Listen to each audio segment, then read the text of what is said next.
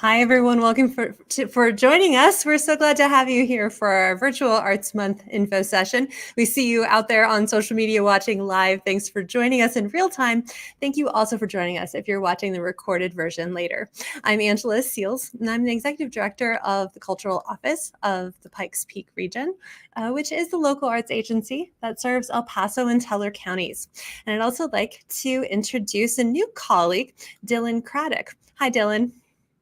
Hello, everyone. Thank you for joining us. Dylan has joined us just a month ago, and part of her role as the program manager of Creative Economy at the Cultural Office is going to be program manager for Arts Month each year. So welcome, Dylan. How are you feeling about the new position? So excited. It's been one of the best months in my young career so far, and I can't wait to keep it going. Wonderful. What are you looking forward to about your first Arts Month?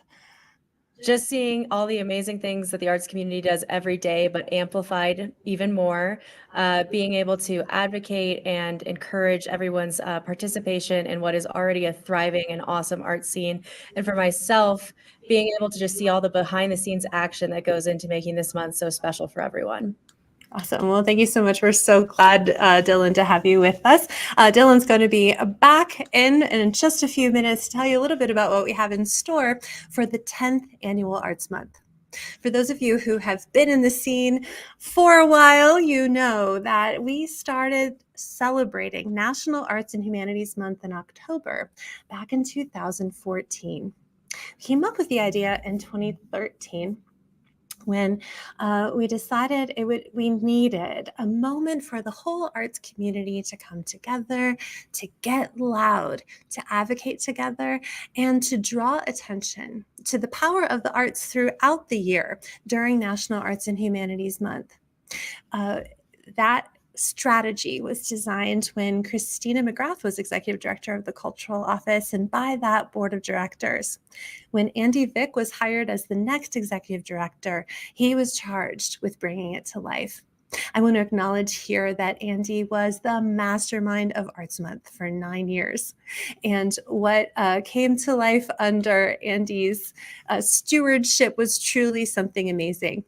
In the past 10 years, Arts Month in the Pikes Peak region has grown to be the largest celebration of National Arts and Humanities Month around the country. We're really proud of that. And that across our two counties, the creative community and lots of other sectors of the economy participate in the arts during October. We hope you will too. If you're watching this, you're probably interested because you're part of the creative community or part of a partner organization that wants to know how to get involved. Thank you so much for being on board with us early so that you can track with us as we develop the 10th annual campaign. Over the years, Arts Month has taken on a lot of different shapes. The collaborations expanded, the event planning expanded. Some of you attended the Artini kickoff event when that was going on, a huge free bash to kick off the month in the early years.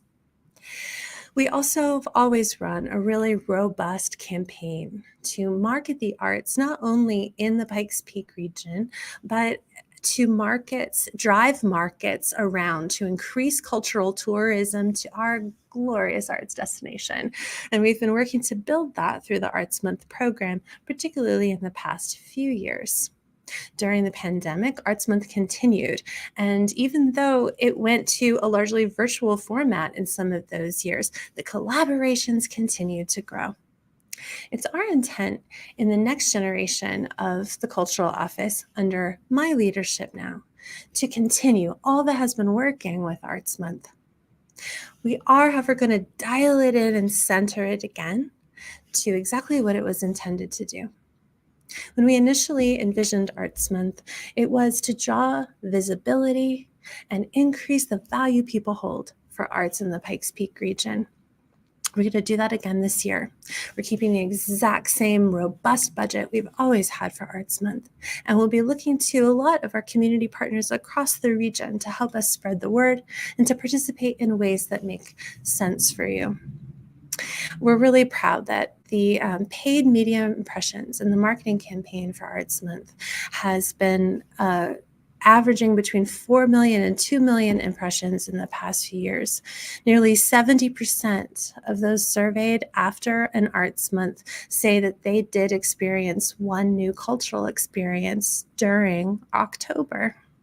And we're so proud of that, especially because that remained true during the pandemic. During Arts Month, we also do proclamations where we go to all of the elected officials in the Pikes Peak region to speak to them about the value of the arts. We are going to be maintaining that work this fall as well. So the story of Arts Month continues in our 10th anniversary. Some things we're going to pump up and some things we're going to edit a little bit. So we're going to get into those changes now. And then Dylan's going to come in and talk about what we're planning to do. And then we're going to open the floor for you to be able to share some of your thoughts, because the program is still very much open and in development and open to your input. As we develop the 10th anniversary campaign, we've decided it's time for a new Arts Month campaign. We're working with our longtime partners, Neon Pig Creative, to develop a totally new marketing campaign for Arts Month. It'll include a new slogan and a new badge that will hopefully be used just as widely by groups all across the region. We love when people drop the badge, the Arts Month badge, into their program books, into their Facebook posts. It is something that is there for everyone to acknowledge Arts Month during October. So the badge will continue with a new version.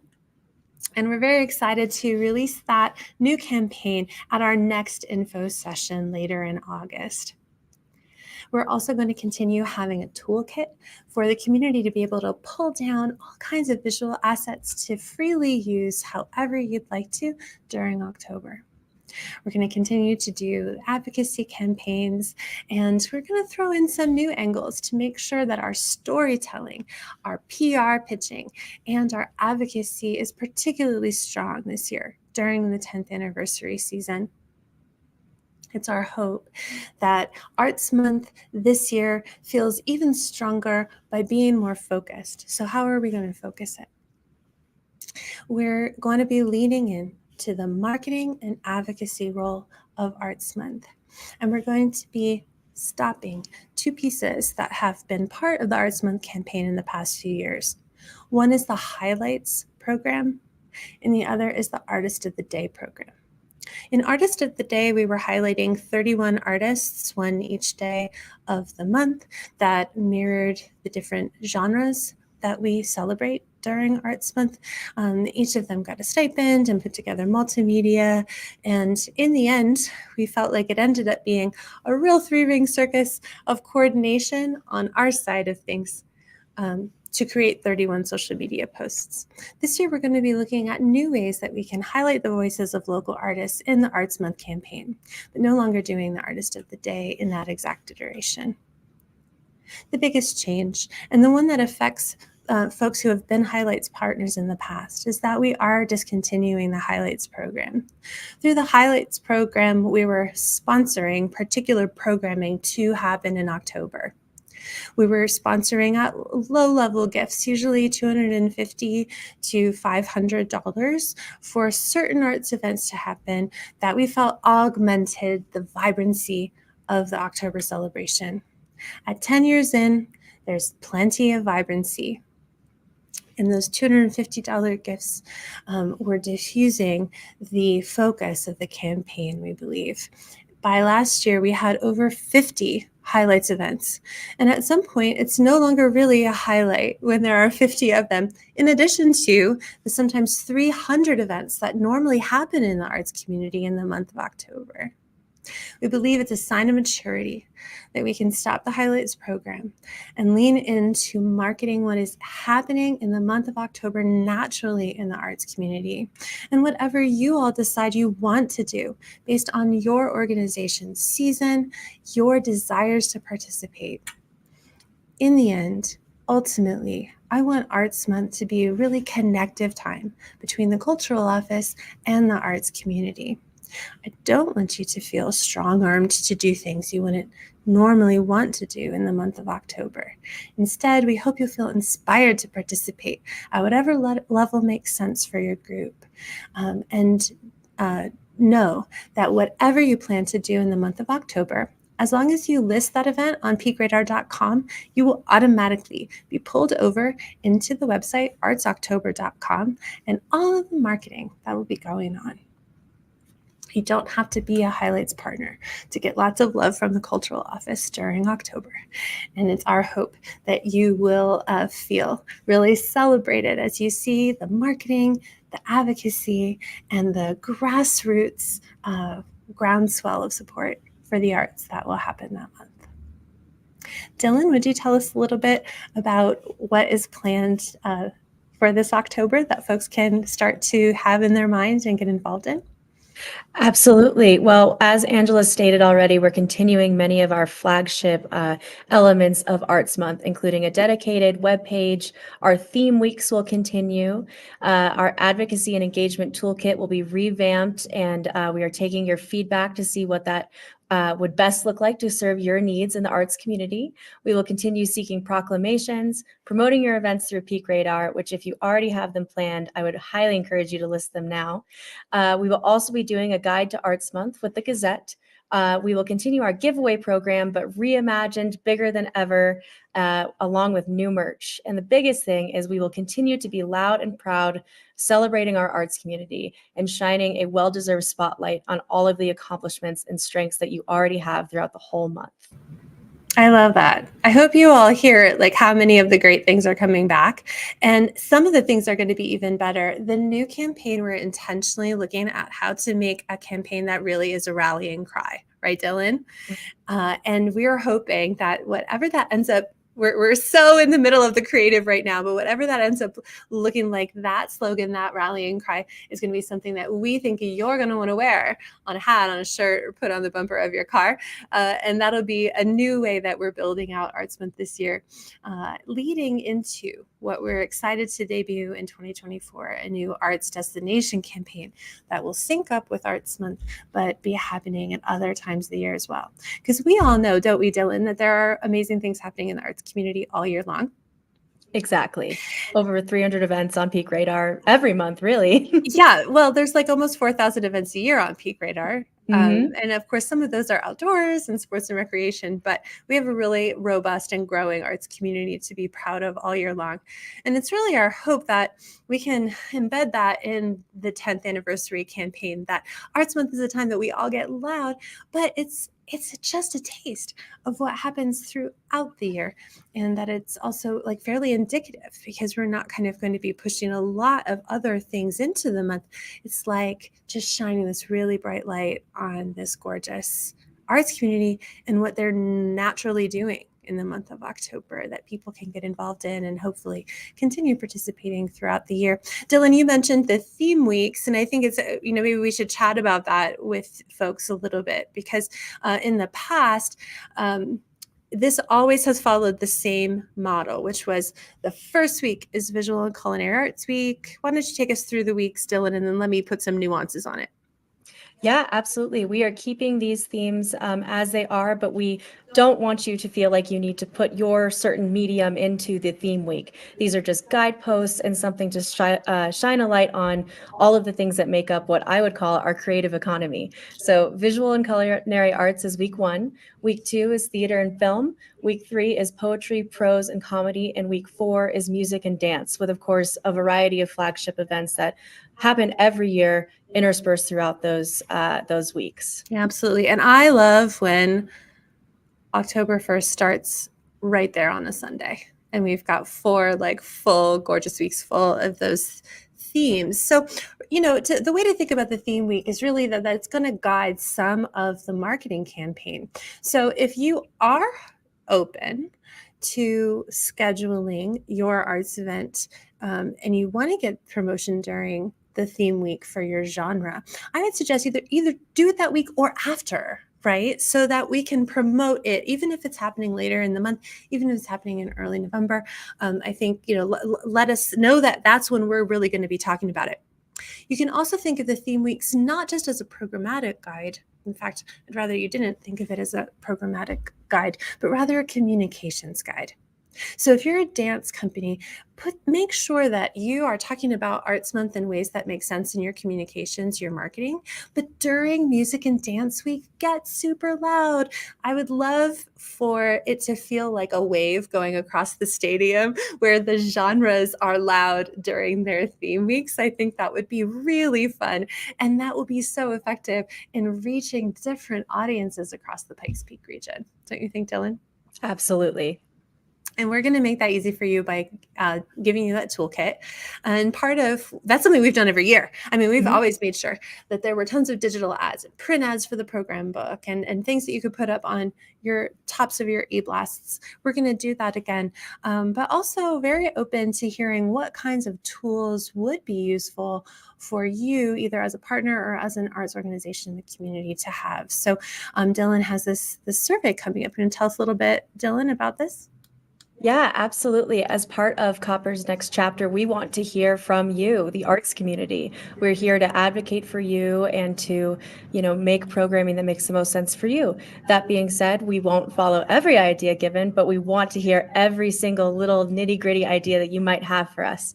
What do you think would be exciting in the 10th anniversary? What kind of ideas might you have for engagement? What would be useful in the toolkit?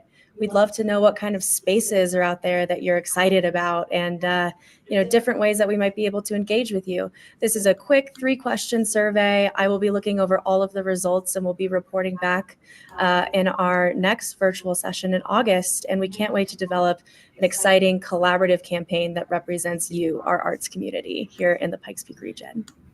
So we're feeling really great about how it's coming together. But as you can tell, it's early. We decided to do an info session right now because we knew that some of you were starting to ask, at 10 years, this thing has traction. And it makes us excited that you've already been reaching out and saying, what's going on for Arts Month? How could I be part of Arts Month? So we're involving you in our development, letting you know kind of where we're coming from this year. It is going to be a really robust marketing and advocacy campaign. We are going to be looking for grassroots participation and the chorus of voices to sing with us across the 2-county creative sector about your value and about how people should support the arts year-round. So thanks for being engaged. We're going to end the recorded session right here for those of you who are watching later. And for those of you who are watching live, we're going to open up now to some questions. You're welcome to type them in the comment box and we'll be able to see them and address them in real time. So thank you all for your support. Please continue to follow Cultural Office on Facebook, on our emails, on Twitter, on LinkedIn, so that you can stay engaged as we plan future info sessions. At the next one, we're going to be debuting the new marketing campaign. Dylan, I'm so excited. Yes. We're going to be debuting the new marketing campaign. And we're also going to be debuting the toolkit at the next info session later next month. So thank you again. Okay, if you're with us live, you can go ahead and type in any thoughts and comments you have now. Dylan and I are both here, just have open conversation about your thoughts about the 10th Annual Arts Month. Hi, Amy. Thanks so much for your comment. You've been such a great supporter of Arts Month over the years. Amy works on Blues on the Mesa, as well as Music on the Mesa, and so much other music presenting in the region. Thank you for your support. Anyone else out there want to ask questions or share ideas right now?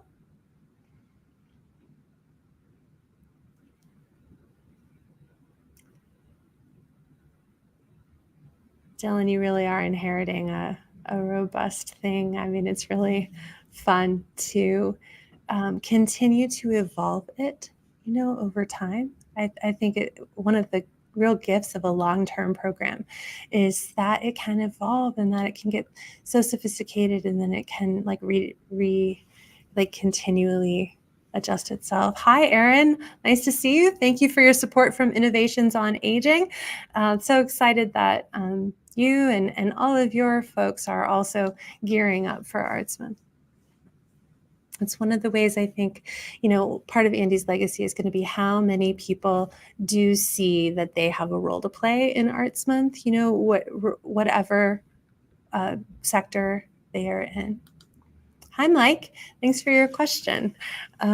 We are not bringing back Artini per se. However, last year there was both an Arts Month mixer and an Arts Month kickoff event as separate things, and we are exploring bringing those together into a single event at the beginning of the month. So that's another thing that I think we'll have more details about in just the next couple of weeks. Don't you think, Dylan? Yeah, absolutely. Yeah, and so while we're certainly not going to be designing and producing as much programming from copper as we did in the past, because we want to really be shining a light on what the arts community is doing, we are going to be doing something to kick off, and it will be something that you will be able to participate in. So keep tracking with us, and thanks for the question. We all have really great memories of the Artini. And honestly, Mike, part of why we all have great memories because the great pictures you took of it.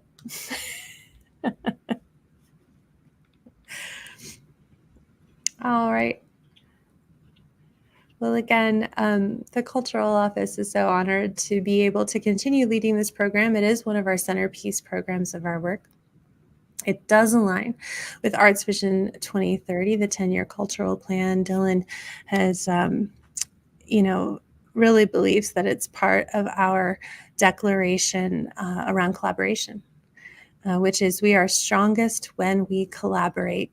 We commit to connecting across communities, sharing resources, and amplifying one another's creativity. And I really think Arts Month does that in a gorgeous way, and it gives you all a chance to do that in a way that suits your own creative work. So here we are, bringing to life the cultural plan and doing it all together into the future for the 10th anniversary. All right. Thank you all for joining us. Thank you, Dylan, for leading this year's 10th anniversary campaign. And please know that the Cultural Office is always open to hearing from you. You'll be able to find information about Arts October as it comes together at artsoctober.com in the weeks and months ahead. And you can always reach Dylan at culturaloffice.org if you'd like to share ideas or ask questions. And happy Arts Month. We'll continue to be in touch as the program develops.